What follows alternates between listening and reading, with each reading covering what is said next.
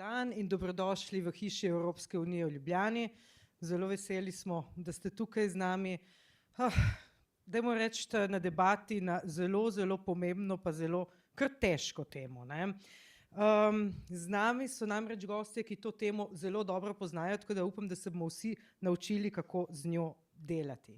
Pa tudi na Evropski komisiji ne stojimo križem rok, kar nekaj smo naredili že na to temo. Imamo namreč 2 akta, akt o digitalnih storitvah, akt o digitalnih trgih, ki se ukvarjata s temi zadevami in internetnim platformam dajejo nove odgovornosti v zvezi z ukrepanjem proti dezinformacijskim kampanjam.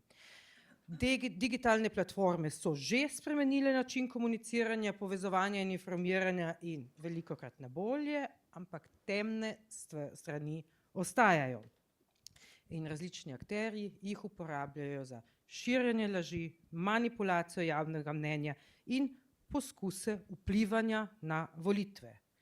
Pred kratkim smo bili priča vmešavanju v demokratične procese nekaterih držav članic, spodkopavanju zaupanja in sejanju razdora. Informacijski in medijski prostor je postal bojno polje. Algoritmi ne poznajo morale. Širijo tiste vsebine, ki najbolj pritegnejo, pa če so res ali pa niso. In tehnologija, ki ima velik demokratični potencial in nas lahko združuje, nas gotovo lahko tudi razvaja. Na Evropski komisiji poslušamo, da nihče ne mara naše birokracije. Zato smo rekli, ne bomo regulirali in začeli smo s prostovoljnim kodeksom. Najprej smo imeli kodeks ravnanja proti dezinformacijam, vendar ni popolnoma delovalo. Zato smo stopili en korak naprej in zdaj imamo, kot sem že rekla, ta 2 akta o digitalnih storitvah in o digitalnih trgih, ki postavljata strožja pravila, ki temeljijo na preglednosti, odgovornosti in pravičnosti. Torej, vprašanja ostajajo, ali platforme ukrepajo dovolj učinkovito, ali naša zakonodaja širi demokracijo in kaj še moramo narediti, da pred digitalnimi grožnjami obvarujemo tudi naše vrednote. Hvala lepa vsem in se zelo veselim razprave. Hvala lepa. Doktorica Jerneja Juk-Jerše, vodja predstavništva Evropske komisije v Sloveniji. Hvala lepa. Sramežljivo še na začetku, ampak se bomo sprostili. Torej, dober dan in dobrodošli na razpravi o demokraciji v primežu dezinformacij. Ali če povemo po domače tudi o tem, kako algoritmi velikih platform včasih delujejo kot neizvoljeni politični voditelji in voditeljice. V konceptu okrogle mize, 3 okroglih miz, smo zapisali, osredotočili se bomo na ključne teme, kot so učinkovitost obstoječe regulative, vpliv algoritmov na širjenje napačnih informacij, partnerstva za medijsko pismenost in zaščito pravic uporabnikov. Poseben poudarek bo na tem, kako EU lahko še izboljša regulacijo, poveča preglednost delovanja platform in okrepi zaščito uporabnikov s ciljem krepitve zaupanja v digitalni prostor ter zaščite demokratičnih procesov. Z Aljažem Pengovem Bitencem sva tu, da skupaj z gosti poskušamo razvozlati ali pa ponuditi kakšno dodatno informacijo o tem, kaj lahko EU stori, da se resnica ne izgubi v poplavi ali pa megli viralnih objav, lažnih novic in hlastanja za lajki. Petek 13. je danes, mogoče se zdi strašljiv dan, ampak kako je šele na velikih platformah, kaj šele tam kaos pomeni, kako strašljivo je lahko to? Ja, Nataša, lep pozdrav tudi v mojem imenu. Če naj si sposodim Montyja Pythona, kaj je EU na področju dezinformacij sploh naredila za nas? Z opravičilom, seveda, ekipi. Naši gosti danes so, z moje desne, doktorica Maja Bogataj Jančič, ustanoviteljica in vodja Inštituta za odprte podatke in intelektualno lastnino ODP, Filip Dobranič, danes je nov dan, Inštitut za druga vprašanja. Marko Plahuta, programer, analitik medijske krajine in družbenih omrežij, ter Gorazd Božič, vodja Nacionalnega odzivnega centra za kibernetsko varnost CICERT. In seveda Nataša Briški, Metina Lista. Hvala lepa. Živjo, dolgo se nisva videla. Aljaž, živjo, dolgo se nisva videla, slišala. Marko, vsi se poznamo, lahko bi šli na ti, ampak se bom trudila z vi. Marko Plahuta, vaše analize spremljamo z velikim užitkom, mogoče malo manj s tem rezultati, ki jih prinašajo, že vrsto let.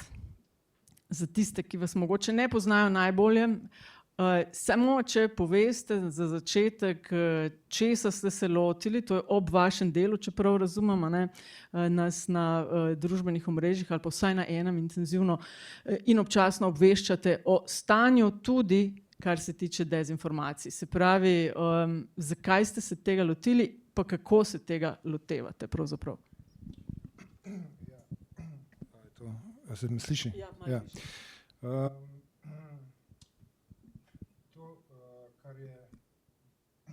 kar se je navezala Nataša, je... A ga slišimo? Zdaj ugasnen.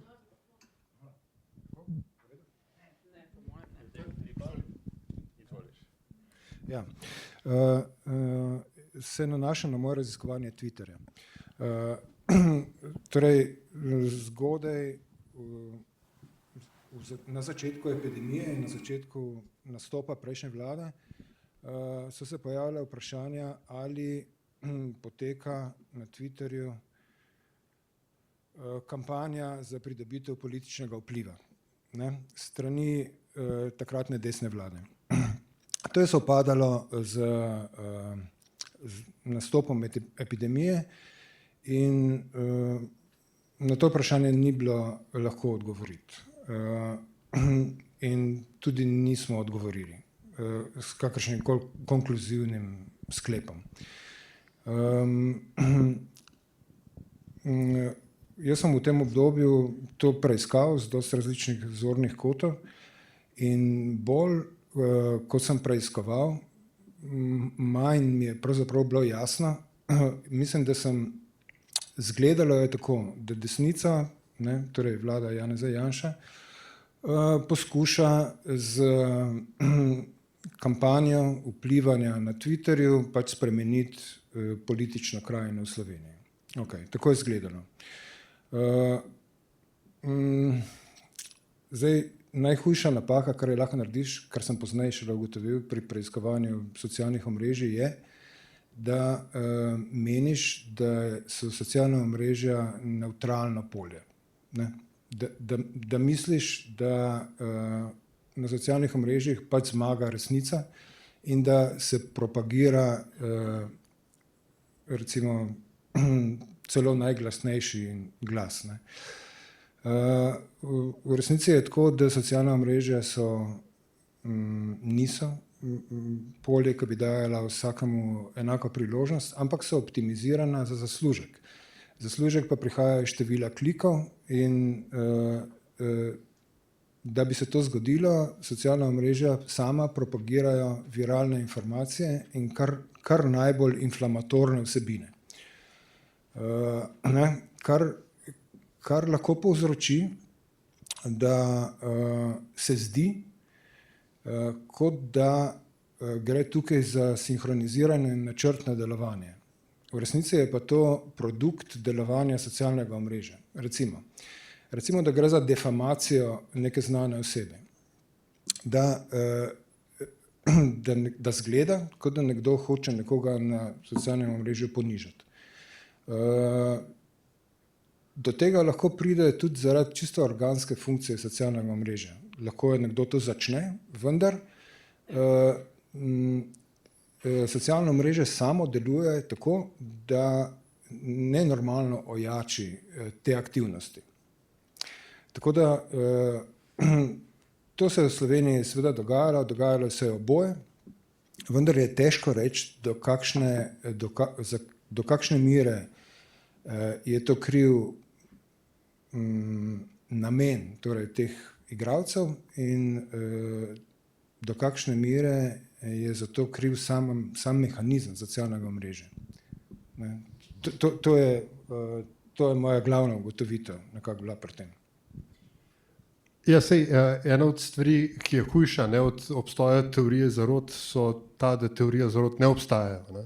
In da stvari nimajo smisla in da ni zadaj skupine ljudi, ki bi nas pač vlekla niti, ne? In tako dalje. Malo v šali, ne? Ampak če mi nastavimo ta pogovor naprej, Filip Dobranič, eden od očitkov Evropski uniji je, da je v narekovajih regulativna supersila, da se inovacije dogajajo čez Atlantik, v ZDA, pa na Kitajskem, pa v Indiji. Evropska unija je pa dobra samo v pisanju pravil in da ta pravila v resnici zavirajo razvoj, zavirajo inovacije, da pač zato je Evropska unija bojda, ne? Take teza v zatoju, v zatonu. Zaton, ja. Hvala. A je to res? Ne vem.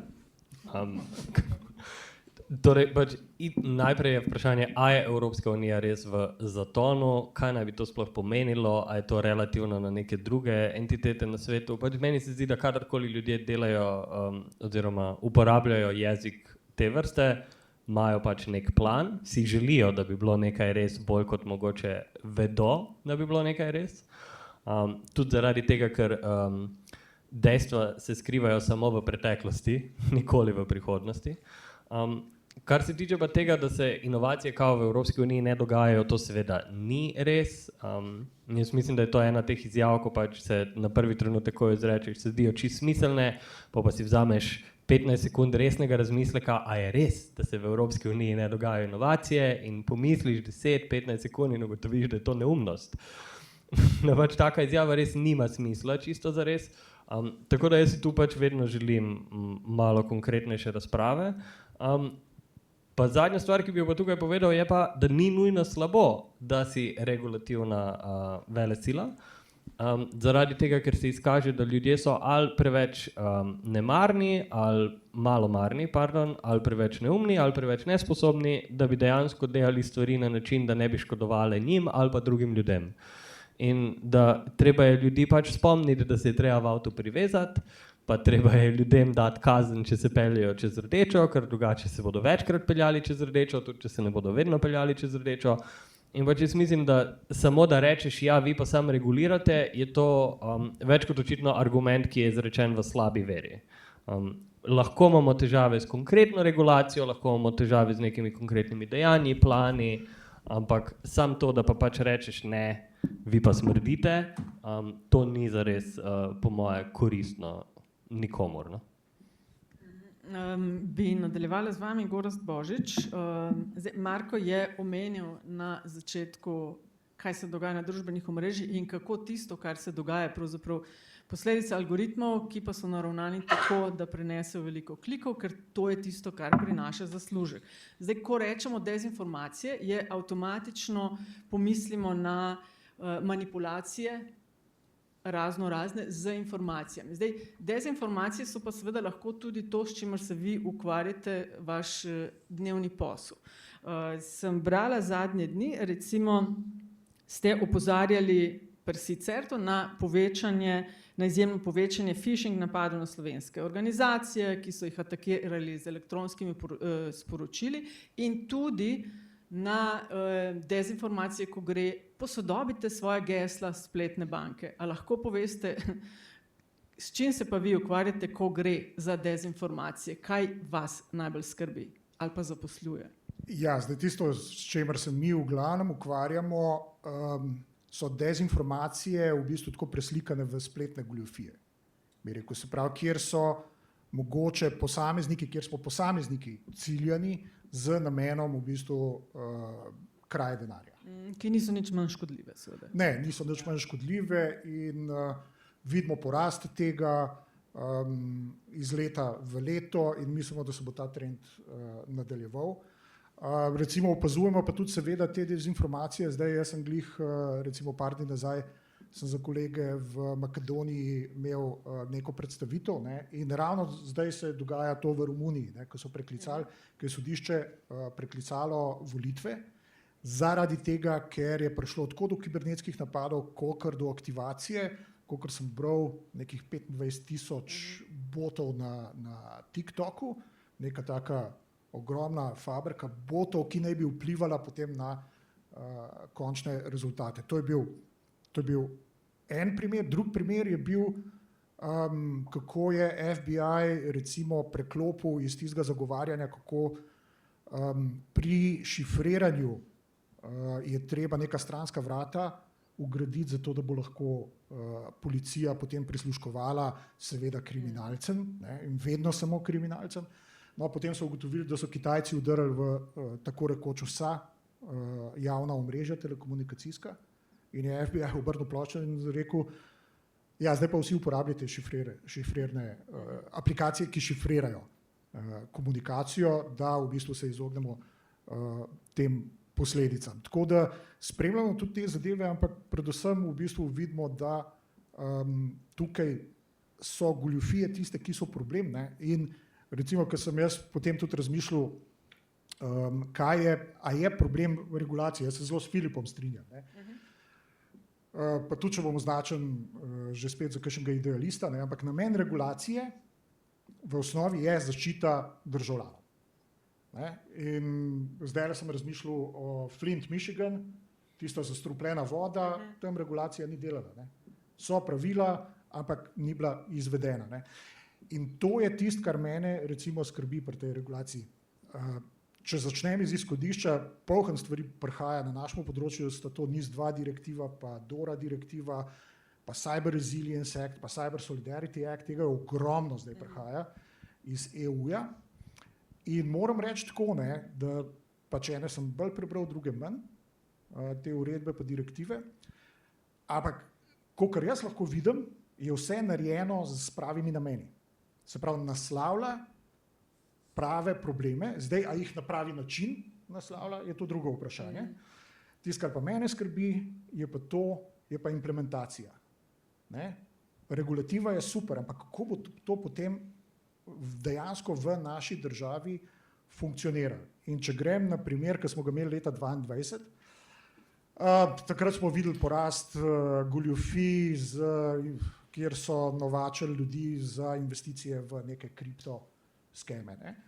In smo med drugim videli tudi, da če greste na skoraj kjerkoli, no, na številnih novičarskih portalih v Sloveniji, poskrolate malo navzdol, boste videli več spleta in tam reklamo, kako je mati samohranilka, zasluži 3000 evrov na dan s tem, kar je investirala v neke kriptovalute. Ne? Mi smo se obrnili na inšpektorate, smo rekli, lejte, to vemo, da je zadaj goljufija in je narejena z namenom, da bojo ukradli denar nič hudega slutečim ljudem. Smo kam prišli? Nikamor. Ker je oglasna mreža na Hrvaškem in ne v Sloveniji in potem jurisdikcija. Mi nismo pristojni. Ja, ampak enotni trg pa to, pa sodelovanje znotraj EU-ja, a so tukaj mehanizmi ali niso. Drug inšpektorat je rekel, ja, samo v bistvu zakon je tako slabo napisan, mi nič ne moramo narediti. Ne? In to je bilo 2 leti nazaj brez teh novih uredb in direktiv. Ali bomo mi kot država sposobni dejansko to implementirati na učinkovit način? Ne? Tukaj imam jaz. Jaz imam samo eno podvprašanje, Aljaž, če dovoliš. Na začetku ste omenili, da in tega bo še več, ko ste razlagali za vse te težave. A bo tega še več, ker ni ustrezne zakonodaje, ker se tako in tako vedno malo zaostaja za kriminalci, ne? Preden jih polovi ali pa napiše pravila, da jih ustavlja. Ampak zakaj bo tega še več? Če vemo, kaj se dogaja, zakaj ne bi bilo tega še manj? Zato, ker če ne bomo uspeli, jaz mislim, da tega obvladati, tudi zaradi tega, ker je trenutno geopolitična situacija takšna, da v bistvu se ta kriminal dogaja iz držav, kjer ni mednarodnega sodelovanja pri pregonu tega kriminala in v bistvu to predstavlja relativno varen zaslužek za te kriminalce, ki to počnejo. Ne? In v bistvu vidimo, da potem to raste, zaradi tega, ker tudi drugi opazujejo. Se imamo tudi primere imamo v Sloveniji, ne? Ko je nekdo poskusil, bom pa še jaz to probal narediti, ampak tukaj ponavadi to spodletel. Tako da vidimo, da vedno več ljudi pravi, zakaj pa ne bi še mi tega počeli. Ne? Nadaljavo je, varni smo, nihče nas ne bo preganjal, če bomo uspeli neke bitcoine dobiti, ne? Super, bomo zaslužili. Ne? Tako da jaz mislim, da bo to še rastel in dokler ne bomo imeli nekega učinkovitega načina za pregon tega. Ampak podobno vprašanje je v bistvu tudi tisto, ali bo problem, recimo problem beguncev, migrantov se zmanjšal ali ne. Ne? Vse to nas v bistvu pripelje do naslednjega sklepa, ne, da vse to, kar ste vi trije zdaj opisovali, mora nekaj futrati. Ne? In to futra vsebina. Ta vsebina od nekaj pride in to vsebino nekdo naredi. Moje vprašanje, doktorica Maja Bogataj Janžič, je, če mi ne moremo očitno, ne, na regulativni ravni teh stvari zamejiti tam, kjer jih je treba zamejiti. Še, ali pa pač, kot je Nataša rekla, zaostajamo vedno en korak za nepripravi. Kaj lahko uporabniki sami naredijo, kaj lahko ustvarjalci vsebin sami naredijo in naredimo, zato da se njihove vsebine ne bodo pojavljale v nekih dezinformacijskih kampanjah. Ne? Ker slika, ne vem, Boruta Pahorja v tem takem skemu, ne? Borut Pahor je zaslužil tok in tok denarja ali pa ne vem, z novo knjigo ali pa kakorkoli. Ta slika je nekje nastala, nekdo je naredil. Kaj lahko avtor vsebin naredi, če se pojavi v takšni zlorabi, nehote? In seveda drugo vprašanje, a je ta digitalna revolucija in avtorske pravice, a gre to sploh skupaj? Hvala za vprašanje. Direktno, konkretno na moje področje in mi vzemate možnost in priložnost, da se izrazimo o tem, ali je regulacija v EU potrebna in je prav, v katero smer gre, tako da 2 stavka o tem, preden skočim na to. Nujno. Regulacija na našem področju v Evropski uniji je absolutno potrebna. Mehka priporočila ne delujejo. Mi živimo v družbi, kjer se morala ni zakon. Mi smo v družbi, kjer vsi okrog nekaj izumljamo in ne govorim samo za Balkan, ampak kar za zahodno demokracijo, če jo primerjamo recimo z družbo, kot je Japonska, kjer je že guidelines, kjer je že norma, priporočilo nekaj, kar deluje, sicer so tisti, ki tega ne spoštujejo, izobčeni. Tako da regulacija je absolutno potrebna. Imamo dokaze iz preteklosti, da neka soft priporočila in samoregulacija ne deluje. In zato je Evropska unija, ki je velikokrat kritizirana, kot da hoče biti prva pri inoviranju regulacije in s tem kritizirana, na pravi poti.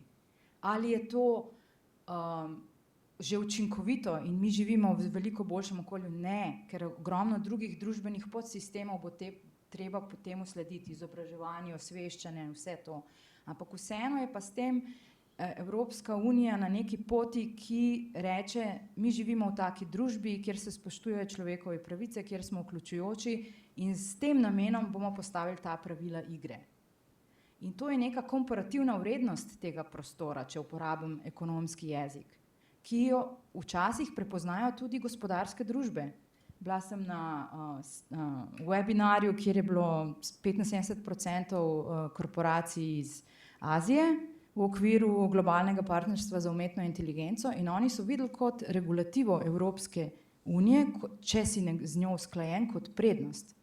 Se pravi, da si že na tem nivoju delaš in ponujaš produkte in storitve bolj varne v idealiziranem svetu. Zdaj branim regulativo Evropske unije. Ko se pravniki usedemo v zaprt prostor in nas nihče ne posluša, seveda imamo ogromno kritik, kaj bi bilo lahko boljše, kaj ni učinkovitost, kako se bo to implementirano v praksi. Ampak to je prava pot in kaže se tudi, da druge demokracije temu sledijo. Prva stvar. Druga stvar, ta regulativa je namenjena regulaciji ravnanj ljudem. Algoritmi nimajo morale, algoritmi so orodja, ki jih delajo in uporabljajo ljudje. Mi s tem reguliramo ravnanja ljudi. Algoritmi oziroma tudi generativna umetna inteligenca, nekaj, kar se jaz največ z mojega vidika s tem ukvarjam, je zgolj orodje, ki potencira in pomaga, da so to, kar želijo ljudje doseči, bolj učinkoviti. In zato najverjetneje, ker zmeraj ta orodja so učinkovitejša, bo teh zadev zmeraj več. To je za uvod. Zdaj pa, če skočim nazaj na meni zelo zanimivo področje, ampak v tem kontekstu izredno zahtevno, so pa avtorske pravice. Avtorske pravice z digitalnimi tehnologijami pridejo na vzkrižje, če tako rečem, v 2 točkah. Prva točka je, ko se dela tehnologija, pa zdaj takoj skočim na generativno umetno inteligenco, je veliko vprašanje, da se ta nek enostaven algoritem, ki ga napiše nekdo, ki zna kodirati, je kot en nevzgojen otrok. Nevzgojen, kot rojen otrok, ki se potem na izkušnjah nauči in postane pametnejši. Tako se tudi algoritem nauči na način, da poje, da se natrenira na številnih podatkih, osebnih podatkih, navadnih podatkih in tudi vsebinah. In te vsebine so lahko avtorsko pravno varovane. In tukaj se postavlja to prvo veliko vprašanje. Ali s tem, da nekdo dela algoritme, ki jih bo potem na trgu uporabljal za različne načine, tudi služil ogromno denarja, ali bi moral za ta namen nekaj povrniti predhodnim imetnikom teh vsebin. To je velika dilema zdaj v Evropski uniji, kjer pritiskajo založniki in kolektivne organizacije. Zakaj je to dilema? A ne bi to moralo biti avtomatsko? Zato, ker ko jaz vstopim v knjižnico in v enem večeru preberem vse knjige v tej knjižnici, ne delam nič avtorsko pravno relevantnega. Samo naučim se, postanem pametnejša. Kaj je ta bistvena razlika, če pa mašina vstopi v to veliko knjižnico in vse te knjige in vsa ta dela prebere, da pride ven pametnejša in potem lahko opravlja razne funkcije kot razni, ne nočem namenoma imenovati nobenega, produkti generativne umetne inteligence, kaj pa je tam nekaj drugačnega. To so zelo avtorsko-pravni strokovnjaki, rečejo eni, nima veze z avtorskim pravom, drugi rečejo, ja, seveda, vse reproducira in podobno in zato morajo vsi ti milijardo teh imetnikov avtorskih pravic na tem nekaj imeti. Jurisdikcije so, ampak zdaj smo na drugem področju regulacije, so odgovorile, v Evropski uniji imamo 2 različni izjemi, ki to omogočata za komercialne ali pa za raziskovalne namene. V Ameriki potekajo sodni spori, Japonska je odgovorila drugače, Izrael drugače in podobno. Ampak to je zdaj ta ključna zadeva, ki se bo razrešila. V Ameriki je New York Times tožil OpenAI. To je najbolj ključni primer, kjer se bo na koncu vse ustavilo na tem, ali si algoritem oziroma model od OpenAI v tem postopku zapomni celoto. Na tem bo padla celotna zadeva, v parih letih bomo dobili odgovor. Evropa je dala 2 različni izjemi in trenutno glavna pogajalska zadeva oziroma glavna borba lobijev v Evropski uniji na to temo je, kako bo za tiste namene, ko bojo modeli v bistvu zgrajeni za komercialne namene in se bojo imetniki pravic lahko izločili, imenuje se opt-out, iz teh postopkov, kako se bo to lahko naredilo. Ampak jaz zdaj res govorim zelo partikularne avtorsko-pravne zadeve.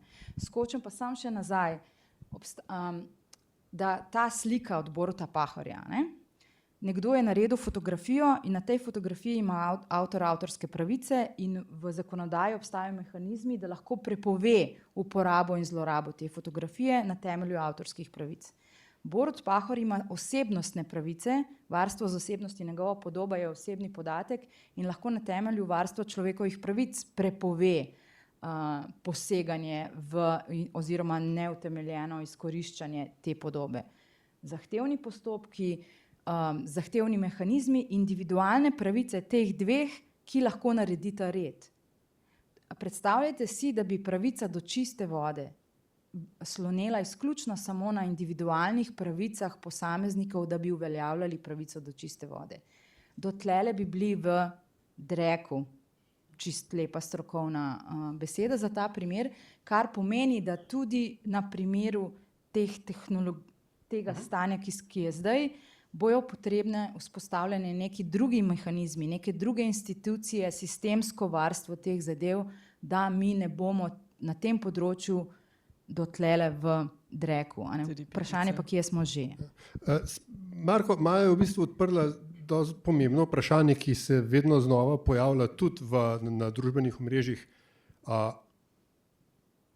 Ali je pač vse pustiti in je posameznik sam odgovoren za to, kaj uporablja, kaj bere, čemu se pač, kaj vzame v zakup in kaj ignorira, ali je za to odgovoren kaj je to, izdajatelj, lastnik družbenih omrežij. Kakšna so tvoje opažanja, ali lahko posameznik uspešno kontrolira časovnico, timeline, lahko sam še vedno uspešno izbira vsebine, ki jih bo videl, ali so pač omrežja tako močna, da je to samo zgolj privid neke svobode in odločanja? Ja, jaz mislim, da ja. Jaz mislim, da ja. Uporabnik lahko sam dokaj dobro kurira svoj feed, ki se mu prikazuje, vsaj tako so moje osebne izkušnje. Jaz imam več računov na socialnih omrežjih, celo na istem omrežju imam dva, recimo na Twitterju imam dva računa, en je oseben, povezan z mojim osebnim imenom, drugi je sam pasiven za spremljanje novic. In na teh dveh računih jaz prejemam radikalno drugačne vsebine. Eden, tale moj oseben, je v glavnem povezan z mojim pač strokovnim delom, torej s programiranjem, več ali manj strokovne zadeve. In tisti feed je čist, kar se tega tiče. Mi ne upadejo noter drugačne vsebine. Sem pa zelo agresiven pri tem, kako ga jaz urejam. Torej, moram dati nekoga na ignore listo ali pa, in to če dalje pogosteje. Zdaj,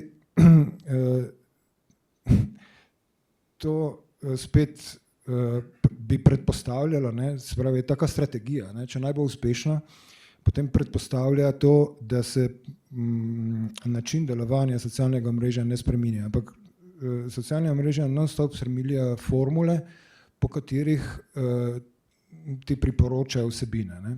Se pravi, vsebine, ki jih ti vidiš, so filtrirane in funkcije za izračunavanje teh filtrov se dnevno spreminja, dnevno, mogoče tedensko. Če omrežje spremeni lastnika, se definitivno to spremeni, kot smo videli zdaj pač pri omrežju Twitter. To se spremeni, se pravi, moraš pač vložiti več dela v to. S tem, da signali, ki jih ti pošiljaš, ti se moraš zavedati, da vsak signal, ki ga pošlješ v omrežje, se upošteva pri tem izračunu. Vsak like, če pritisneš, da ti je nekaj všeč, potem boš kmalu dobil več tega. Če razširiš neko sliko, ni treba pritisniti, da ti je to všeč. Že samo ogled neke slike lahko pošteno vpliva na to, kaj boš jutri dobil servirano. Tako da jaz bi rekel, to se da, to govorim iz osebnih izkušenj, je pa za nekoga, ki se noče dosti ukvarjati s to mehaniko, vprašanje, ali je to vredno vsega dela, ki ga je treba vložiti v to. V to treba vložiti ogromno dela, da je feed čist in tak, kot ga ti hočeš. Zdaj, vprašanje je tudi, ali je zate koristno, da je feed točno tak, kot ga ti hočeš. Ali hočeš res brati samo tisto, s čimer se strinjaš, ali hočeš, da ti socialno omrežje pač razširja polje vsebine, za katero oni mislijo, da je mogoče zate primerna. Oni mislijo, pač tisto algoritem. Ne vem, meni zaenkrat uspeva. Bom vzela za iztočnico vprašanje za vas, Filip, da je treba vložiti veliko dela, ker delujete tudi v okviru tega inštituta Danes je nov dan, ki deluje na presečišču digitalnih tehnologij in demokratičnih procesov. Veliko vlagate v izobraževanje državljanov in državljank. Koliko zelo vemo, kaj se nam dogaja online, koliko zelo vemo, kaj so dezinformacije, ali pa tudi konec koncev umetna inteligenca, ki prihaja, in vem, da ste v okviru inštituta delali že delavnice na to temo. Mislim, tako, vemo pa ne vemo. Glih pred okroglo mizo so se zgoraj pogovarjala, pa je pač izpostavil eno stvar, ko se mi zdi, da je mogoče koristno tudi, da jo drugi slišijo. Ne? Pač, če nekdo dovolj dolgo šibro, ko strelja v tvoji smeri, bo te pač en metek zadev. Tako da pač, ko boš enkrat na ur na nekem socialnem omrežju, boš neko glupost videl, pa boš mislil, da je res. To je pač enkrat ena. Je pa drugače res, da je ljudem to težko. To je težko zaradi tega, ker ljudje, ki to delajo, probajo to delati dobro, pa kvalitetno, pa imajo veliko časa, da preizkusijo stvari. Mi smo glih, mislim, da predvčeraj je Danes nov dan lanciral razkrinkaj.ai, ko pač probamo ljudem dati par primerov generirane vsebine, pa jih pač naučiti vsaj razviti nek instinkt, pa neke dejanske metode, s katerimi lahko to prepoznajo. Ampak kar je zanimivo je, da je na koncu tega kviza, pač, ko čez vse to greš, je nek vprašalnik, kjer malo ljudi vprašamo, kakva je tvoja izkušnja, a misliš, da si zdaj kaj naučil, a si že kdaj pač padel na kako foro. In pač ni še veliko ljudi tega rešilo, ampak rezultati so pač tak. Dvomestna številka, visoka, skoraj 100, ja, so me že večkrat dobili na foro, in 3 ne, nikoli me ni na internetu nič prevaralo. Tako da to se mi zdi, da ja, da tu ni neke hude rešitve razen discipline. Bi pa mogoče tudi z vidika dezinformacij pa kuriranja te neke medijske krajine, ki jo konzumiramo, se sam malo navezal na to, kar je Marko povedal, ker jaz recimo ne uporabljam zares socialnih omrežij. Tudi zaradi tega, ker se mi ne da tega dela vlagati. Najhujše mi je to, ko mi nekdo pošlje nek YouTube link, pa ga moram najprej odpreti v inkognito modu, ker bog ne daj, da mi je nekdo poslal neko glupost, ki je nočem pač imeti v svojih priporočilih. Pač res, večkrat se mi zgodi, da odprem link, vidim, kaj je, in pol hitro zapiram zavihek, da ne bi slučajno sprožil signala algoritmu, da je to nekaj, kar mi je fajn. In to ima pač ime, temu se reče pač nekonsenzualna personalizacija, ne? Oziroma personalizacija brez privolitve. In mislim, da se o tem treba pogovarjati veliko, ker pač ne gre sam, pač jaz bi rad kdaj videl kako vsebino, ki mi jo je kdo dal, pa bi rad pač sam pogledal to, tako kot se lahko po ulici sprehodim mimo izložbe v trgovini. To se mi zdi pač človekova pravica, no? Pač gledati, pa ne vedeti, da sem malo pobral nekaj.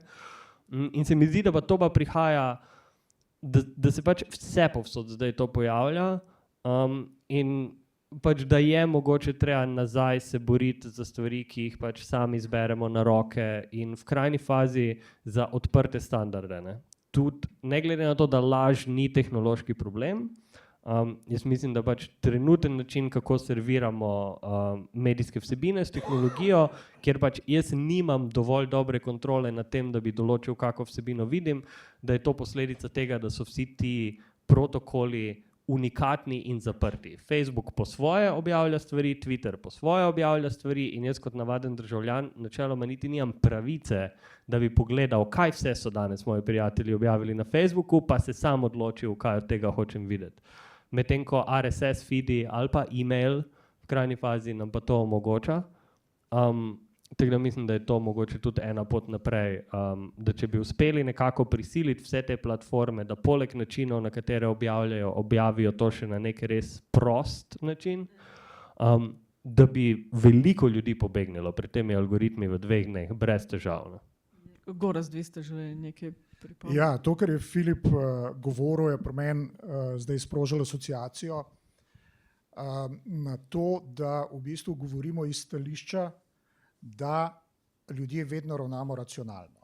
Ne? In tukaj pridemo do tistega System 1, System 2, Daniela Kahnemana. Mi smo imeli 2 tedna nazaj smo gostili Awareness Raising konferenco Evropske agencije ENISA tukaj v Ljubljani.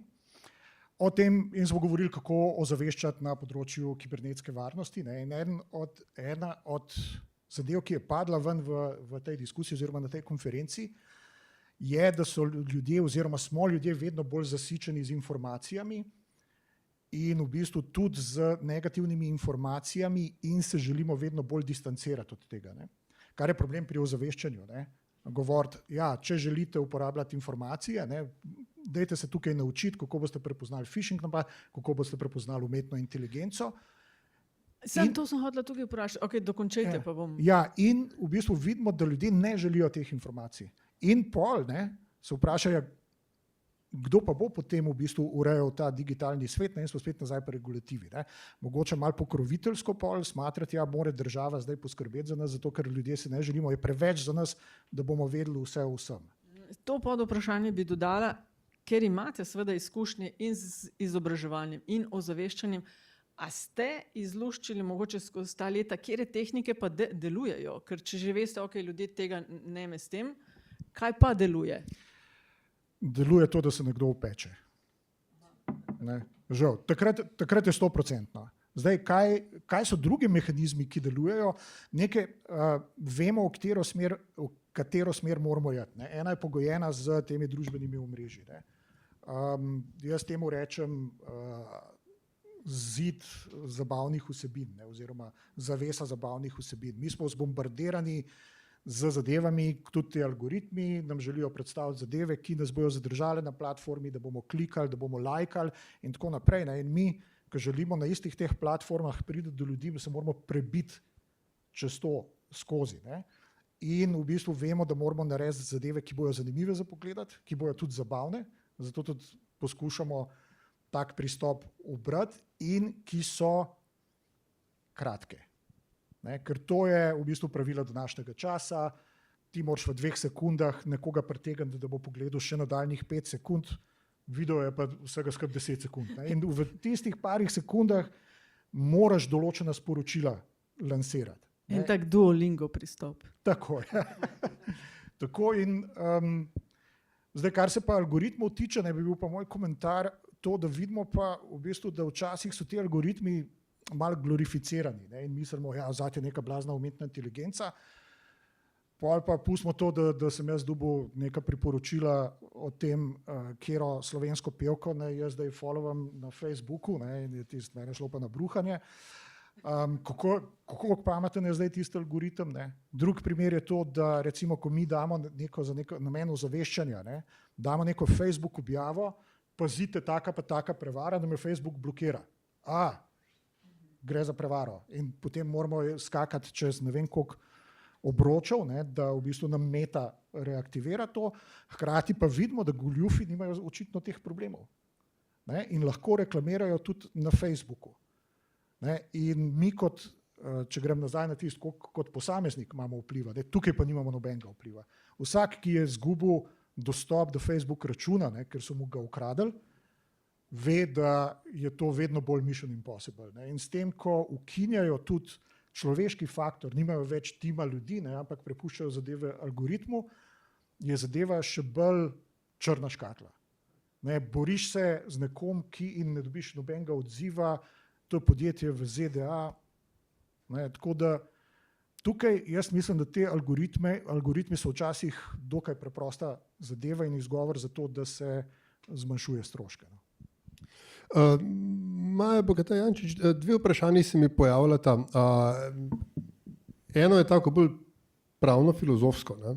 Kje je meja med, ali pa sprejemljiva meja, med posameznikovo odgovornostjo za higieno njegovega digitalnega življenja in neželenim državnim, institucionalnim ali pa nadinstitucionalnim nadzorom. Ne?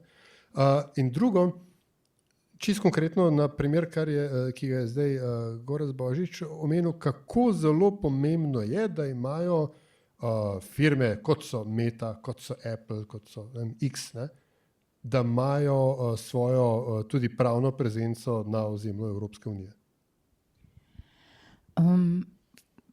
pravno filozofsko ali filozofsko vprašanje. Jaz mislim, želela bi si živeti v svetu, kjer državne institucije in podporne institucije dobro funkcionirajo, zato da lahko mi posamezniki, ki bi želeli živeti v dobrem okolju in uporabljati dobre tehnologije, imamo lažjo nalogo oziroma lažje to dosežemo. Ker v bistvena omejitev pri nas za vsakega posameznika je 24 enot. Ne denarja, ampak časa. Tako, kot je rekel Marko, prej pa Filip. Če želiš živeti v oziroma narediti red, rabiš porabiti čas. To je najdragocenejša valuta. In seveda tudi, morebiti nimaš tega znanja, praviloma nimaš znanja. Že ko sem tlele poslušala, sem si mislila, pol ne razumem, kar Filip govori, da on izvaja doma. Se pravi, kako priti do te točke, da bi lahko to naredil. Mislim, da so ključni državni organi, dobra regulativa, predvsem pa tudi dobre podporne institucije, te posredniki, a je to univerza, a so to nevladne organizacije, neke strokovne, neodvisne organizacije, ki so zavezane tem vrednotam oziroma delujejo v skladu s pravnimi pravili in moralo, ki pomagajo posameznikom, ki so zaupanja vredne in naredijo to domačo nalogo. Organizacija, kot jo vodi Gorazd ali pa posamezniki, ki investirajo nekaj, so zaupanja vredno in naredijo to težko delo. Zdaj, meja je gibljajoča se. Mislim, sploh ne vemo, kaj bi v idealnem svetu obstajalo, da bi bilo potem, prvič ima vsak posameznik različno predstavo, kaj ta idealen svet je. Ko pa razmišljamo o teh zadevah, pa govorimo o dveh človeških lastnostih, ki ovirata nas ljudi, da bi živeli v takem dobrem svetu. In jih bom tudi zdaj poudarila. Ena je pohlep, se pravi, da bi nekaj na hitro zaslužil ali pa, čeprav veš, da bo to mora biti za celotno družbo slabo, si vseeno pripravljen to narediti. In ta pohlep je lahko tudi zakrit v neke take dobre vrednote v družbi. Zdaj ne želim, recimo podjetništvo, nekdo, da se noč in dan dela za neko cilj in investira ves svoj čas za to, je to zelo dobra lastnost. Ampak lahko je pa glorificirana tudi do te meje, da je vse dovoljeno. A ne sam, da letijo cekini, tudi če na trg ponudiš neko storitev, ki je čist nepotrebna, tako z neke globalne družbene perspektive. Ne. Se pravi, prvi je ta pohlep, druga stvar, človeška lastnost pa je, da ja, res je slabo in vsi bojo na slabšem, ampak jaz bom pa v redu. Meni se pa to ne bo naredilo. In prvič sem o tem začela razmišljati, ko je bila organizirana konferenca o miru poleti, mislim, da je ali 2 leti nazaj že, ali 1 leto, ko je, mislim, da je Pritličje organiziral. In je novinarka iz Sarajeva govorila o tem, ko gledaš vojno, ki se začne dogajati v neki drugi državi, potem v nekem drugem mestu, na koncu v drugi ulici, na koncu v isti stavbi, pa v drugem štuku se ti nekaj naredi, kako se to relativno spreminja. Ne? In zdaj človeštvo bo sposobno stopiti skupaj pa reči, to je res treba rešiti, ko bo prišla neka zunanja nevarnost in bomo rekli, zdaj pa dosti te globalne tekme in vse moramo stopiti skupaj. Ampak tudi pri tem nam gre precej slabo. Ne? Mi to globalno nevarnost že imamo, to je globalno segrevanje. Pa vseeno smo še kar nadaljujemo s temi majhnimi odločitvami, ki v bistvu potem kulmurirajo, da se gibljamo v slabo smer in se tolažimo, ja, se bo res slabo, ampak jaz bom pa nekako v redu. Ne? In dokler to skupaj ne stopi, da res rečemo, zdaj pa treba premisliti vse, kar vemo in se spomniti nekaj novega sistema, nove institucije, nove aktivnosti, pač se to ne zgodi. Ampak dejstvo je tako, v tem smo. In kaj zdaj lahko vsak posameznik naredi glede tega? Ja, nič, ne smemo se ustaviti. Vsak mora imeti odgovornost, da na svojem področju nadaljuje, opozarja za to, da pač bo jutri bolje. Marko, ko govorimo o dezinformacijah, se s prstom največkrat, ali pa se samo meni tako zdi, kaže na družbena omrežja. Ampak imeli smo, kakšen mesec, 2 nazaj, primer recimo nogometne tekme v Amsterdamu, Ajax Maccabi in spopada med navijači, ko je prišlo do 2 zelo različnih interpretacij, kaj se je zgodilo, in so bili v narekovaju vođe puta tradicionalni mediji, ne družbena omrežja. Ne? Vem, ker sva se pogovarjala pred tem omizjem, da ste delali tudi na analiziranju širjenja dezinformacij v tradicionalnih medijih. Kaj so pokazali rezultati? To je malo širša tema. Tukaj gre, širša tema pa je manipulacija realnosti strani znane bližnjevzhodne države. Ta bližnjevzhodna država mislim, da ima precejšen vpliv na medijsko komuniciranje na Zahodu. Zakaj je to tako, se ne bom spuščal, ker ne vem. Lahko pa rečem, da sem spremljal poročanje o vojni v Gazi. In sem primerjal poročanje, recimo, na razne stvari sem se osredotočil. Eno je, da sem primerjal dnevno količino poročanja o antisemitizmu v zahodnih medijih z drugimi faktorji. Recimo s številom mrtvih v Gazi. Ne? Torej, ti podatki so javno dostopni. Obstaja neka krivulja, ki gre tako, koliko je bilo dnevnih žrtev, in poročanje o antisemitizmu se tesno pokriva s to krivuljo. Tesno se pokriva. Torej, zdaj potegnite sami svoje sklepe, zakaj je to tako, ali izraelska država sama generira antisemitizem, ali pa zahodni mediji z ustvarjanjem hrupa krijejo pač njihovo, mislim, pač izraelski režim. Drugo je, recimo, to je dosti znano, ne vem v kakšni meri širši javnosti, ampak gre za,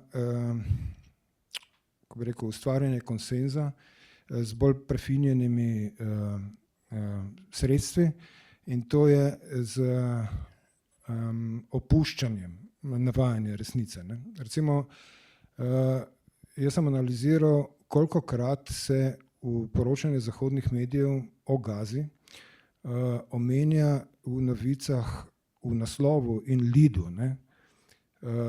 Gaza in Izrael, ne? Hkrati. Ne? In sem ugotovil, da v določenih obdobjih v večini zahodnih medijih se ne omenja Izraela.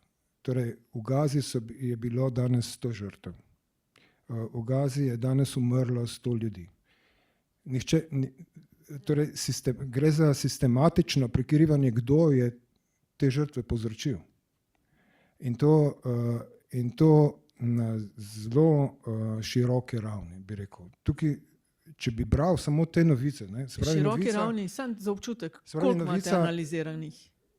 Stotine tisoča. Ne, stotine tisočev čez celo leto, ne, od začetka. Ne. Spravi, mi moramo vedeti, da te novice so namenjene, mediji so že zdavnaj ugotovili, da novice v bistvu ni treba napisati novice, da je dovolj, če napišeš naslov, kratek povzetek in sliko. To je objavljeno na socialnih omrežjih. To je zapakirano in pripravljeno za potrošnjo na socialnih omrežjih. In kar tam noter piše, tisto velja. Ljudje niti ne kliknejo in grejo brati celega članka. Ne.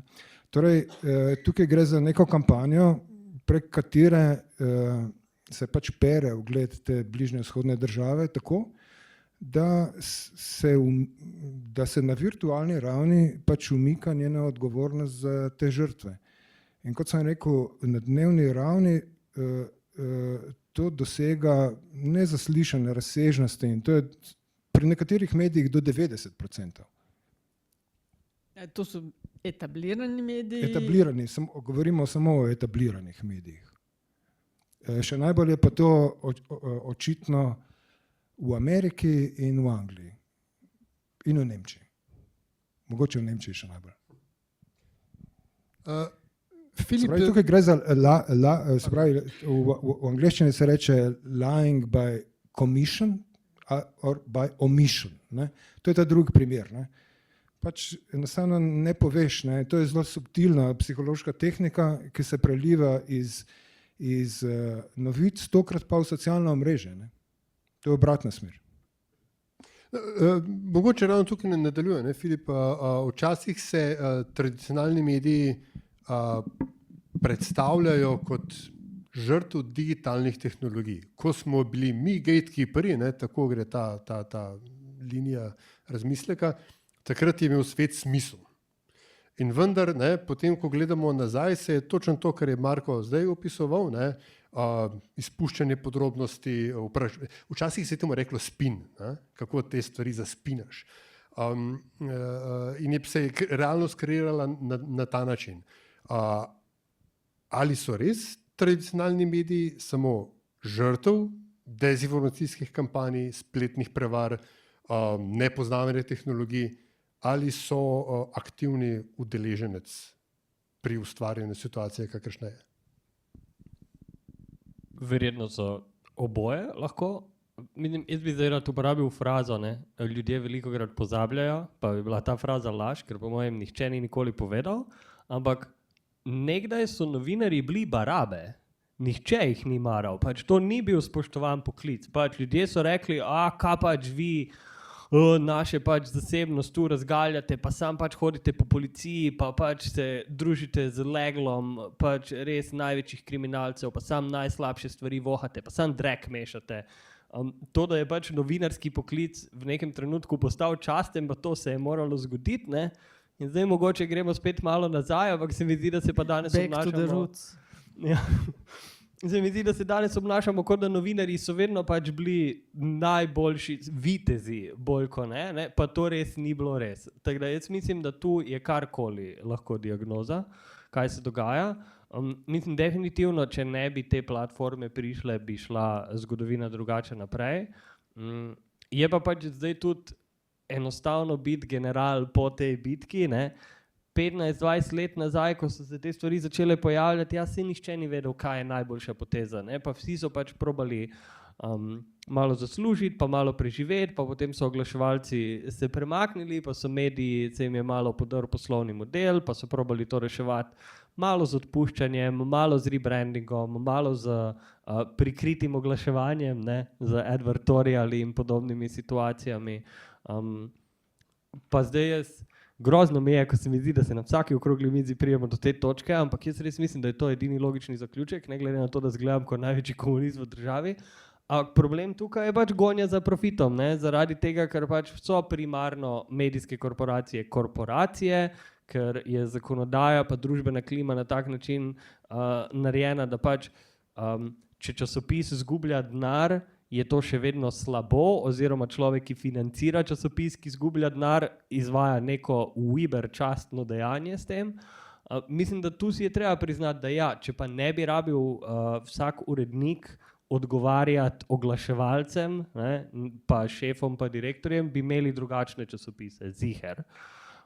Kaj je rešitev, ne vem, da sem zdaj pač sam naslikal slabo situacijo. Ampak ja, mislim, da situacija je kompleksna, no, da pač mediji uporabljajo v krajni fazi socialna omrežja zato, da bi še povečali svojo moč, ki jo itak imajo. Da pa pač, česar ne smemo pozabiti, no, ko govorimo o socialnih omrežjih pa medijih, pa tej primerjavi, da se vsaj v tej državi očitno še vedno zadnjih 15 let za pridobivanje politične moči splača ustanavljati vedno nove medije. Torej pač to, da imaš 100.000 evrov, pa jih vržeš v ali papirnate ali internetne medije, ne samo Facebook in Twitter poste, je še vedno percipirano kot dobra politična strategija. Politične stranke, ki so to naredile, po moje, če bi jih danes vprašali, a se vam je splačalo ta denar zakuriti, da ste te medije naredili, bi bil odgovor verjetno ja. Vmes sem zagrblila mikrofon, ker sem mislila, da bom jaz morala tole dodati. Ampak je Filip sam izpeljal. Naj sam še dodam, mora biti tudi to ne samo politične stranke, tudi korporacije, ki želijo pridobiti določen vpliv, kupujejo medije. Da imajo določen vpliv. Saj ni treba gledati čez našo mejo, samo okrog sebe poglejmo v Sloveniji. Ja, kaj narobe s tem, da jih kupujejo? Narobe je to, če potem ta medij, ki ima en določen goodwill, se pravi nek ugled, recimo poglejmo na primer Delo, ki ima nek določen vpliv, ali pa recimo Sobotna priloga, če jaz gledam moje starše, recimo, kar se odpre in se prebere tam noter, je pa ja res in ima nek ugled in ima nek tak renome, ki si ga je ta priloga ustvarila v preteklosti. In se z istim vatlom merjenja bere tudi vse današnje prispevke, ki so nekateri izrazito naklonjeni določeni, ne bom rekla politični opciji, ampak mora biti gospodarski skupini. Ne konkretno gospodarski družbi, ampak celotni skupini. Jaz berem Sobotno prilogo pač z drugačnimi očmi. Veliko kvalitetnih vsebin, zelo dobrih prispevkov, ampak določene zadeve tam pa imajo tudi določen drug namen kot prispevanju k opolnomočenju osveščanja. Kar se jaz pri tem sprašujem, je to, ali res imajo tradicionalni mediji še vedno tak vpliv, kot so ga imeli, ker številke prodanih izvodov, številke tudi konec koncev podcastov, ki jih delajo, je na trgu veliko neodvisnih izvajalcev in izvajalk, ki mogoče dosegajo večje številke. Ne rečem, da niso vplivni, imam pa občutek, da niti pod točko razno, ne tako kot 20, 30 in več let nazaj. Se pa morda motim, izvolite, Filip. Zagotovo je to res, ampak se mi zdi, da je to res tako, kot pač, če ljudem strešiš samo pivo, potem začneš pa še viski streči, pač ima pivo zdaj relativno manjši tržni delež, sem ljudje še vedno pač so pijani, ne. In pač medijev je sicer več pa v različnih oblikah, pa mogoče pač te stare neke velike institucije so relativno malo izgubile delež, ampak še vedno so okoli, pa zdaj pač, tu je po moje tudi ful pomembno pač ta neka perspektiva slovenska, že lahko to pokaže, pač govorimo o nekih njegov medijski imperij, to je meni ko Prekmurcu vedno bilo ful hecno, ko ljudje rečejo, da ima nekdo medijski imperij v Sloveniji, ampak v Sloveniji jih imamo, pa imamo pač tudi megakorporacije mednarodne, ne, ki pač kupujejo tradicionalne in sodobne medije in produkcijske hiše, ki pač šopajo vsebino na socialnih omrežjih.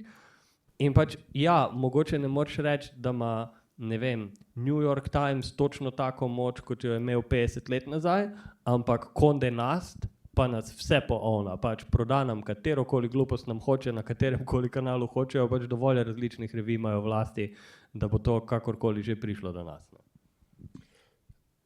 Pa še nekaj, ne, vedno je tekma, kako iz ene točke razširjati informacije. In včasih televizije in radija je bilo to relativno enostavno, ne?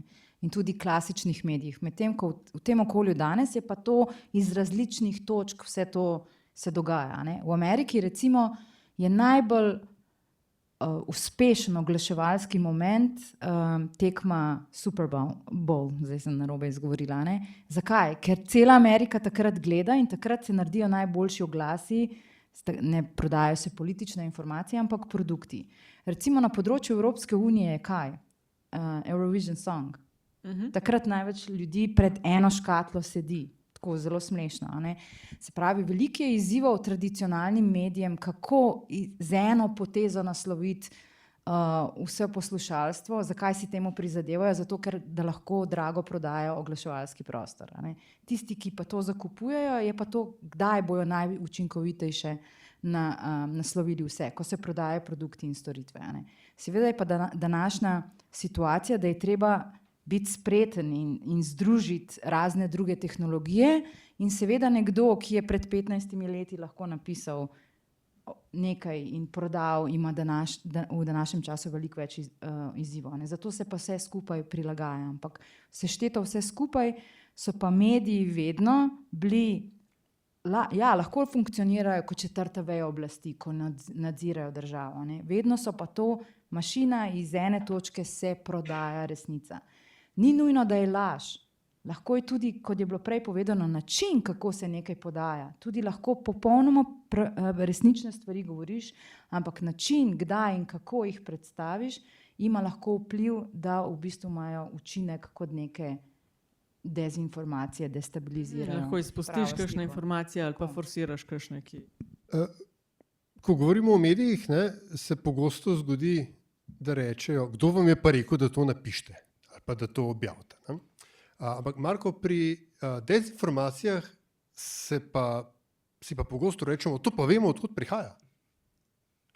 Pa vemo, odkud dezinformacije prihajajo in še bolj konkretno, ali to, kar mi mislimo, kar dojemamo kot dezinformacije, kar nam recimo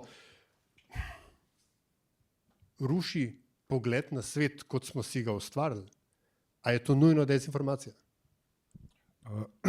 Ne vem točno, na kaj misliš. No, konkretno, mi danes smo v uvodu slišali, da je Romunsko ustavno sodišče ugotovilo, razsodilo, da je šlo za dirigiran, koordiniran ruski vpliv, ki je rušil, kaj se temu reče, ustavnost oziroma integriteto prvega kroja romunskih predsedniških volitev. To je v resnici zelo pogumna izjava, glede na to, kako se zdi, da so dezinformacije vse prisotne dan danes in kako jih mi tukaj ugotavljamo, jih v bistvu zelo težko ločimo zrne od plev. Zdaj, bodisi je bil za tem narejen nek resen strokovni, tehničen in vsebinski premislek, bodisi je šlo za ugibanje. In seveda spet potem pridemo na dve strani iste debate. Eni rečejo, ugibate, ne veste, o čem govorite, drugi pa pravijo, ne, dobro je, da ste to naredili, v končni fazi tudi zato, ker je demokratičen proces treba zaščititi. In zdaj, po tvojih analizah, ali mi vemo, kaj so dejansko tiste točke razširjanja dezinformacij? To je malo težko odgovoriti. Zato si tu. Ja, to je težko odgovoriti in bom težko odgovoril. Ampak mislim, tukaj posegamo zdaj na delovanje tajnih služb. Kolikor jaz razumem, so v Romuniji, čisto konkreten primer, pa bom rekel, kaj jaz vem.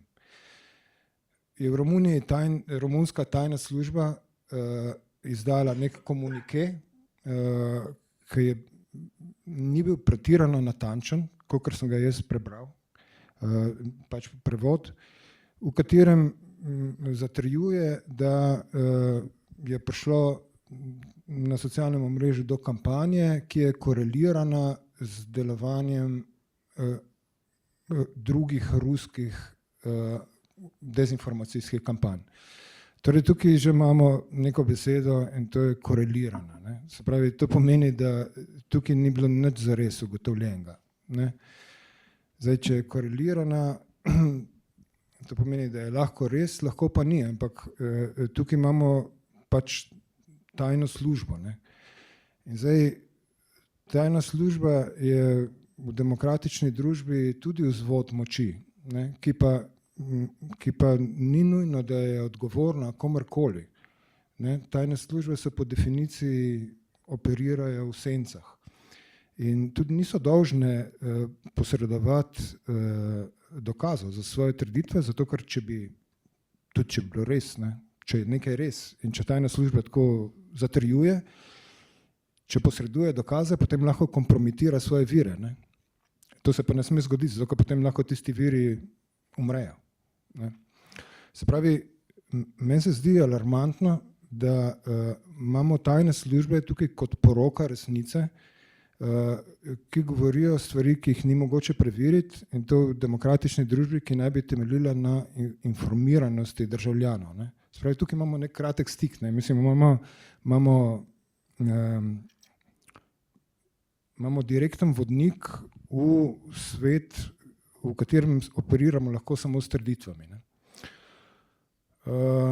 Kar se mi zdi, da vzpostavlja nek nevaren presedan, zaradi tega, ker jaz nisem prepričan, da, mislim, ste vi lahko prepričani, da slovenska vlada ne bo razveljavila naslednjih volitev s takim izgovorom. Slovenska vlada lahko reče, gledajte, včeraj se je začelo polaganje temeljnega kamna za to. Včeraj je bila jaz sem gledal ta posnetek, se je odvilo zaslišanje na parlamentarni komisiji za nadzor financiranja političnih strank, v katerem je bil zaslišan tale Tomašič, direktor Nove 24. Ne misliti, da jaz gojim kakršnekoli simpatije, ne do tega medija, ne do tega človeka. Ampak večina tega pogovora oziroma izsekov, ki sem jih jaz videl, se je motala okrog tega, ali je Nova 24 in s tem SDS financirana iz Rusije. Ne? Tega ta komisija seveda ni mogla dokazati, je pa gospa Vonta navajala mnogo vprašanj na to temo. Človek ni odgovarjal. Tukaj je zdaj se začelo formiranje nekega zgodnjega konsenza. Če gledamo, jaz bom govoril kot Hudičev advokat, tukaj je začelo formiranje nekega zgodnjega konsenza, da je SDS financirana iz Rusije. In zdaj vse, kar rabimo, je samo še to, da je na volitvah zdaj ugotovimo, da je prišlo do koordiniranega delovanja na Twitterju, zato da zmaga SDS. To lahko reče Sova. Sova lahko reče, mi smo ugotovili, da je tukaj prišlo do koordinacije dosti računov in zaradi tega je zmagala SDS. Ta koordinacija je, kot smo ugotovili včeraj, bila financirana iz Rusije, oziroma ne moramo reči, da je bila, ne moramo pa tudi reči, da ni bila, in zato so volitve razveljavljene. Vprašanje torej seveda je, prosim, Gorazd, ker je tukaj potem se takoj to naveže na vaše polje, spletne varnosti in tako dalje. Ja, in tudi hotel sem povedati to, kar sem poslušal, se meni zdi zelo podoben temu, čemer pri nas rečemo atribucija napada. Kako vemo, da je neka državno podprta skupina, kakor uradno temu rečemo, izvedla nek napad, se napadi se dogajajo vse skozi in kako lahko rečemo.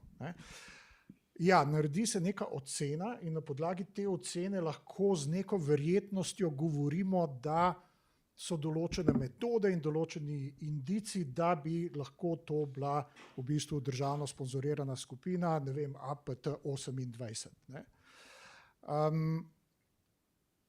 Ta atribucija je vedno poslušamo, med sabo si govorimo na tem področju, atribucija je hudič. To je zelo težko izvesti, in to mora biti v bistvu neka, na koncu mora v bistvu na političnem nivoju nekdo presoditi, a bo dejansko se ta atribucija, input seveda bojo pa dali tudi organizacije, tudi tajne službe. Ampak na koncu bo prišlo do neke politične odločitve. Zdaj, jaz imam mogoče malo drugačen pogled na delovanje tajnih služb. Mi imamo malo v bistvu tukaj specifično situacijo v Sloveniji. Spomnim se že leta nazaj, ko me je poklical finski kolega, je rekel, v bistvu bom poslal zdaj nekaj šifriranega, šlo je za nek napad, imamo neke podatke, da tudi v bistvu so neki sistemi v Sloveniji vpleteni, ti pošljem zdaj te podatke, jaz sem naše kolege iz tajne službe že obvestil in priporočam, da ti narediš isto. Ker bojo oni tudi po svojih kanalih to dobili. In jaz sem si takrat mislil, ta ne ve, kje jaz živim. Ampak videl sem, da za Fince je normalna stvar, da ima država tajno službo, ki funkcionira in verjetno imajo nek učinkovit, predvidevam, vsaj bolj učinkovit nadzor, kot je pri nas. Jaz ne govorim o tem, da se tega ne bi smelo delati in da je to povsem nelegitimno. Mene samo moti, da da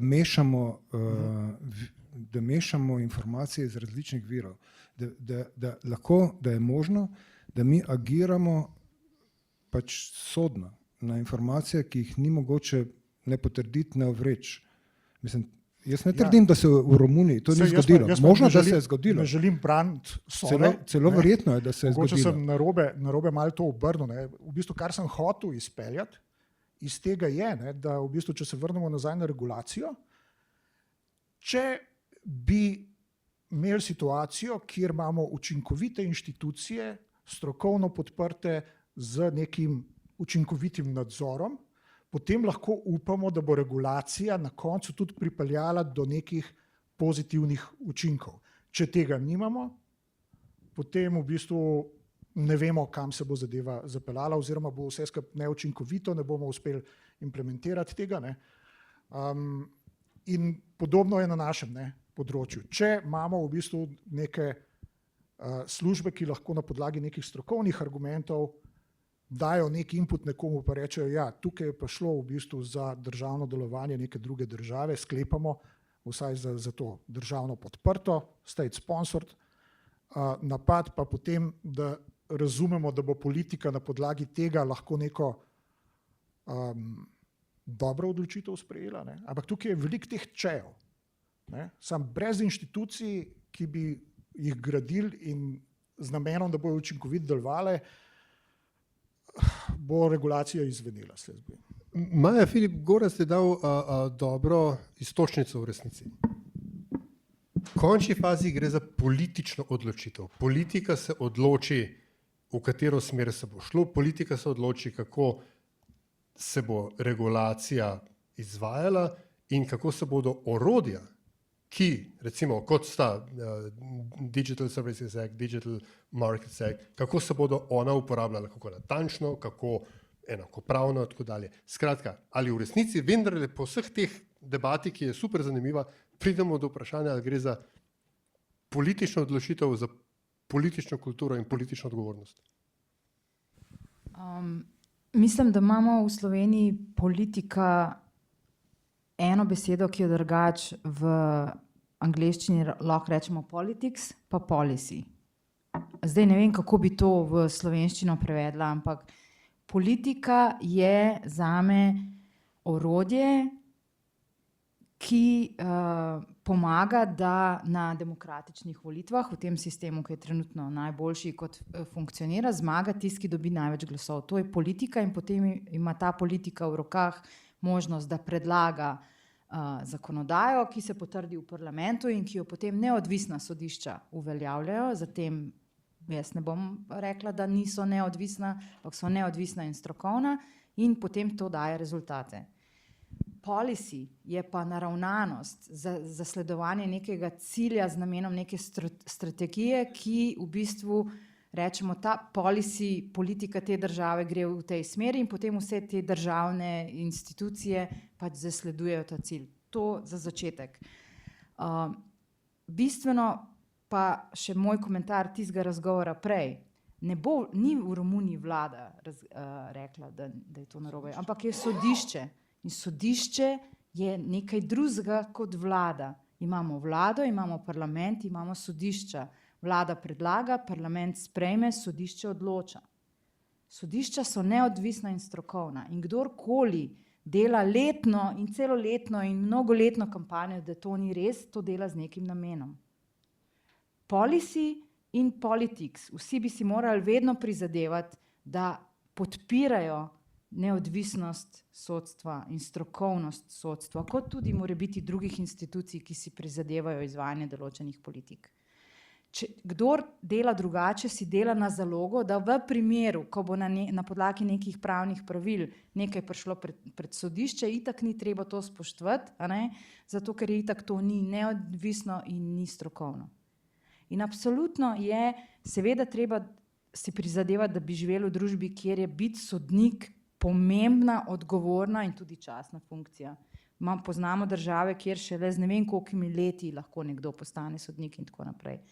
To je samo treba za to debato podčrtati, ker ko ste, Marko, prej začeli pripravljati nek teren, da bomo lahko rekli, da so se nekaj financirali in tako naprej, mogoče se tudi že pripravlja teren, da ko se bo nekaj tazga dejansko problematizirali, da bojo potem sodišča o tem odločena, sodišča so pa itak nestrokovna, pa niso neodvisna. Skratka, politika je zelo pomembno orodje, kdo drži oblast v neki državi, ne samo neke neodvisne politične stranke se grejo to igro, da dobijo to oblast, ampak so v ozadju korporaciji, lobiji in vse naprej, ker kdor ima oblast v družbi, lahko predlaga določene zakone in potem tudi skrbi nad tem, kako se učinkovito implementirajo v praksi, ampak odgovornost vsakega, ki v ta prostor vstopa, pa bi moral biti, da so delovanje pravne države, ki temelji na neodvisnih 3 vejah oblasti, kot sem že prej rekla, vlada oziroma na področju Evropske unije, Evropska komisija, potem Evropski parlament in neodvisna sodišča, da to dobro funkcionira. In v idealnem svetu tudi četrta veja oblasti, to so skrbni novinarji, ki jaz jih ne vidim kot barabe, ampak skrbno vse pogledajo, ali to dobro deluje ali ne. Ali živimo v družbi, ki to deluje, ki to podpira?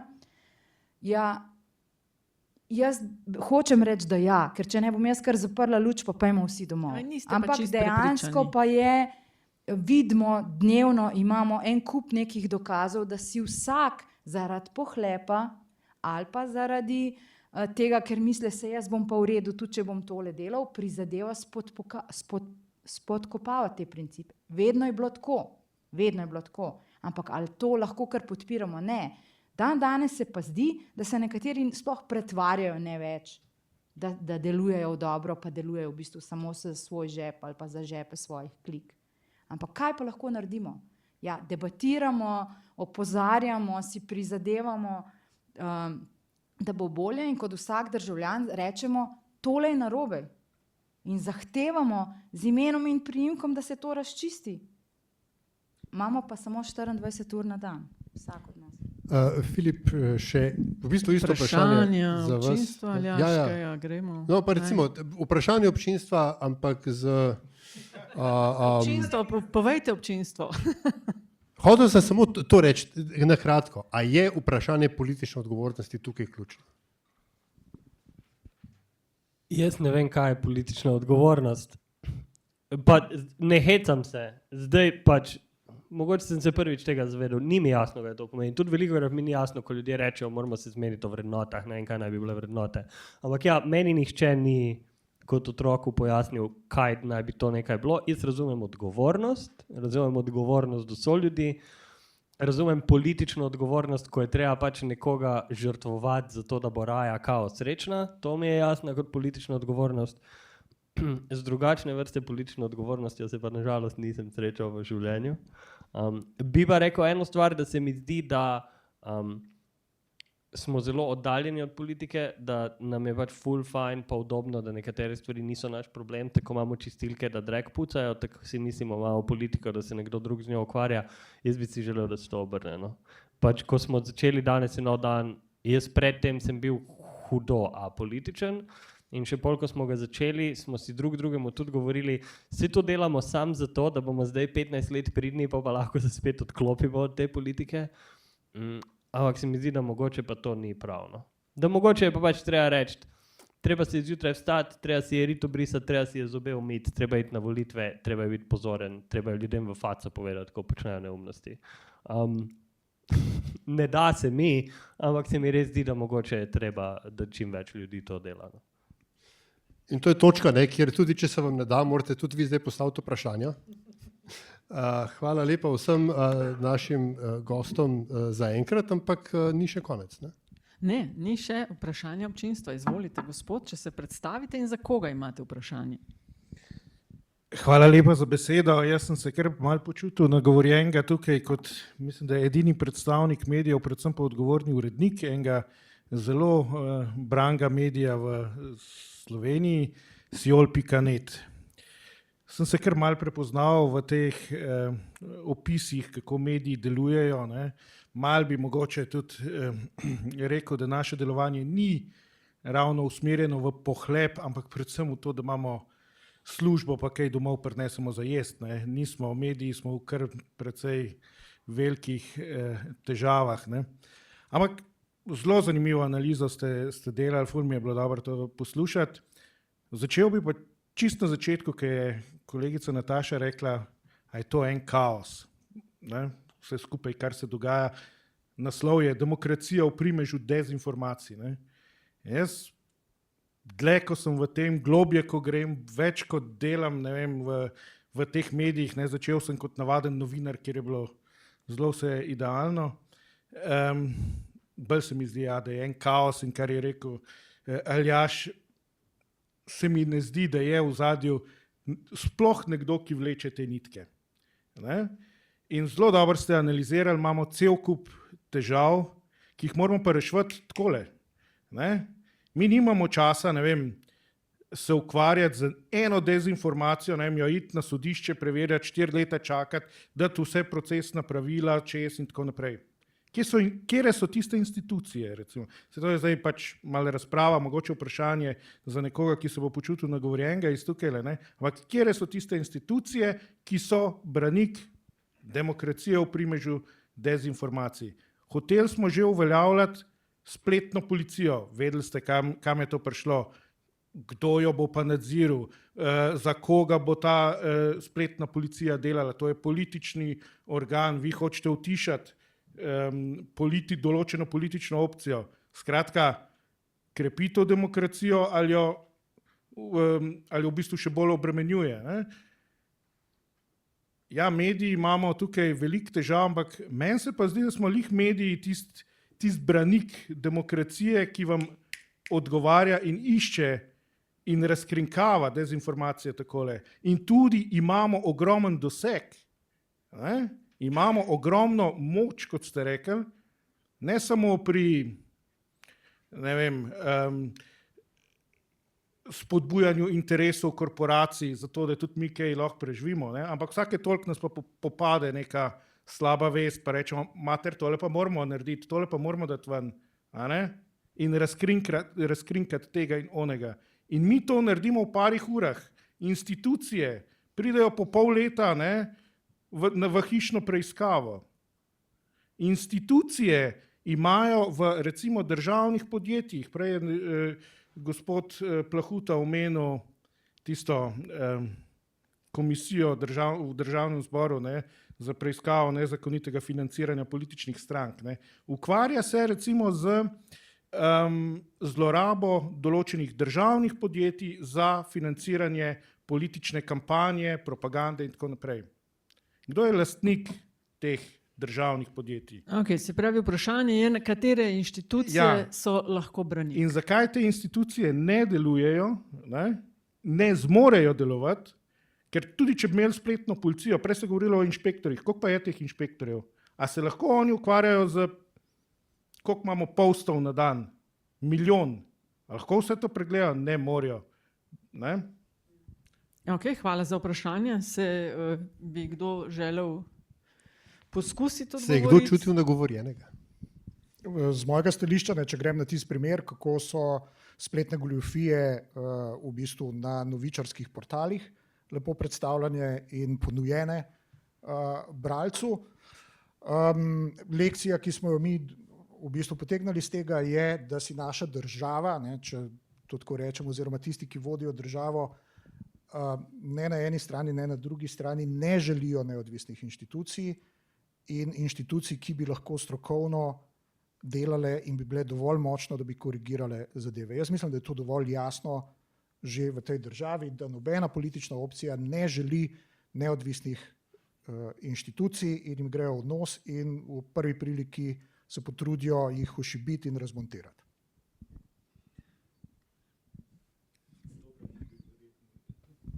Mislim, ne vem, na koga se obrniti, ker pol bi se. Jaz drugače mislim, da ljudje bodo vedno govorili neumnosti, pa da pač tu probati preprečiti, da bi kdorkoli gluposti prodajal, je zelo težko. Se pa zelo strinjam pač s to analizo, da pač mene šokira vsakič, zdaj še posebej, ko pač v okviru danes je nov dan, vsake toliko pristanemo na kakem ministrstvu, ko jim probamo pač pa res kakšne ful trivialne stvari dopovedati, pa zastonj so, nikogar nič ne koštajo, pa nič ne moramo dobiti. Najbolj grozno mi je, ko mi ljudje na ministrstvu rečejo, a boste vi, prosim, to povedali še unim, pa na unem svetu, pa dajte povedati naprej, pa se pač jaz prijem na ministrstvo, pa se oni obnašajo, kot da imam jaz več moči kot oni. Pač res me to živcira, da pač hodim okoli po tej državi, probam se pač karkoli zmeniti in se obnašajo, kot da bom jaz rešil njihove probleme. Se mi pač res zdi, če ne morete te službe dobro opravljati, jo pustite, če imate premalo ljudi, dajte pač stavka, ne vem, pač sam zadnjič sem bral neko analizo sicer ameriške politike, kjer so hoteli analizirati demokratsko stranko in so rekli, da se je naučila learned helplessness, da se je sama naučila, da jim nihče ne more pomagati. In se velikokrat pač pogovarjam z našimi državnimi inštitucijami, kjer se mi zdi, da so se one prepričale, da ne morejo nič narediti. Tako da jaz bi prej rekel, ne vem, mogoče treba pa malo ploščo obrniti, pa ful zares vzeti demokracijo, pa vsako stvar, ki jo nekdo reče, vzeti dobesedno, pa reči, ne to pa zveni kot neumnost, pa ne ljudem dovoliti, da prodajo neke pavšalne izjave, za katere vemo, da če bi bile napisane na papirju, ne bi imeli smisla, pa reči, saj štekamo feeling, ki so ga želeli povedati. Pač ne, fuck that noise. Dajmo pač probati vzeti stvari ful zares, pa vidimo, kaj se zgodi. To bi jaz predlagal. Pač res do konca, ja, sam pač dajmo vzeti čist vse, čist zares. Pa ko nekdo reče, pač ne vem, jaz mislim, da je to izdaja države, reči, ok, kje je zdaj tožilec?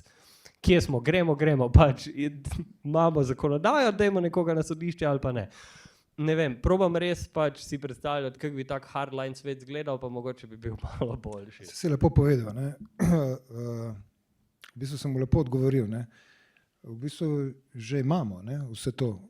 Mi imamo zakonodajo, imamo nadzorno službo, samo vsega tega nimamo implementiranega. Ne.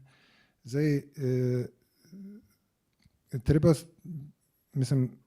implementacija tega je občutljiva zadeva, ne, ker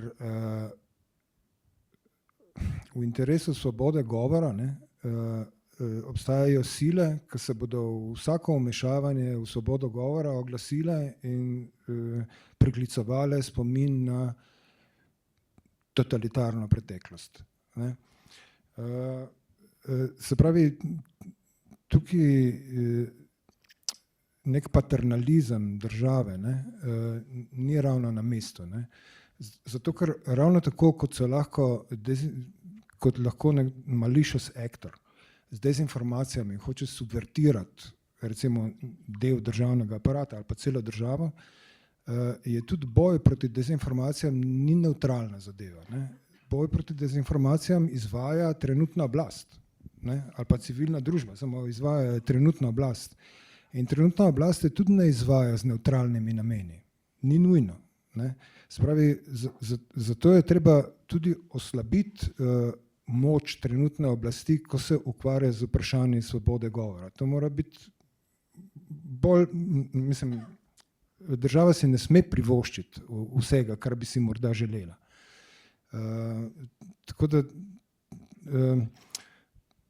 pa tudi ljudje, mislim, ko govorimo o paternalizmu, mislim, o pokroviteljstvu nad ljudmi, ne, jaz ne bi želel, da živimo v državi, ki je podobna neki avtoritarni družini, v kateri imamo starše, ki potem otroke izobražujejo in pol po potrebi kaznujejo.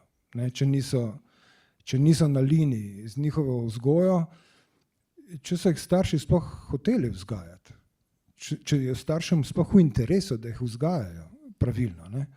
Ker ni nujno, da je državi v interesu, da vzgaja izobražene državljane. Manj izobraženi državljani so bolj vodljivi. Tako da državi ni vedno nujno na vseh področjih, da so državljani zelo izobraženi, še posebej, ker se tiče vprašanj korupcije. Ne? Tako da tukaj jaz vidim neko nasprotje interesov na tem področju, ki ni preprosto rešljivo. Če bi lahko pritrdil tukaj, ne? Mi smo se tudi sprašvali v tistem primeru, na koga obvestimo, glejte, imate take reklame, ki vodijo v spletne goljufije. A je treba čakati na medijski inšpektorat, da pride z odločbo, da se to odstrani? Ali lahko tudi medij sam reče, aha, imamo kakšne mehanizme, da ali da izberemo drugo oglasno mrežo, ali da tej oglasni mreži rečemo, glejte, teh vsebin mi ne želimo, dajte nam drugačne vsebine, dajte nam sam shujševalne tablete. Ne? Pa glivice, ja, tako. To je ok, pa bomo pol videli, da bo Jazem prišel do vas, ne?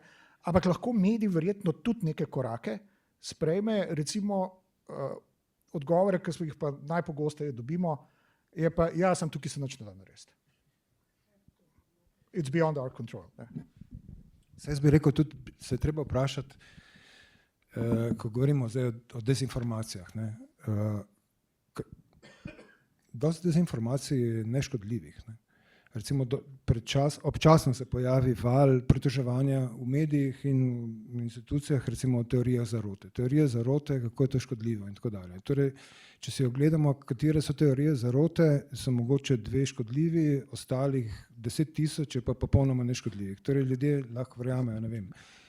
Alarmantno je, da ljudje verjamejo, da je Zemlja ravna. Okay? Alarmantno. Ampak alarmantno z katerega stališča? Z tega, da ne poznajo fizike. Ampak z drugih stališč je nerelevantno. To, ja, mislim, vseeno je. Ne verjamejo. Pač, a komu to škodi? Ne. Se pravi, jaz ne vem, če se je zaumešavati čisto v vsako napačno prepričanje, ki ga imajo ljudje. Če jih to veseli. To jih veseli. Očitno. Nataša, če bi bil to nek drug forum, bi midva zdaj vsakega od najnih gostov vprašala po zanimivosti. Ne? Ampak, ker to ni met in čaj, je to okrogla miza v hiši Evropske unije, mislim, da je počas čas, da stvar pripeljemo do konca. Ja, pentljo je treba dati. Razumem, da so še vprašanja, ampak bodo naši gosti in gostja tukaj še, upam, par minut ostali, posedeli, pa jih lahko mogoče individualno pocukate za rokav. Žal pa moramo tukaj res postaviti piko. Spoštovani Gorazd Božič, Marko Plahuta, Filip Dobranič in doktorica Maja Bogataj Jančič, najlepša hvala za sodelovanje na tem tromiziju, na temo demokracija v primežu dezinformacij, kaj lahko stori EU. Hvala lepa pa tudi vam.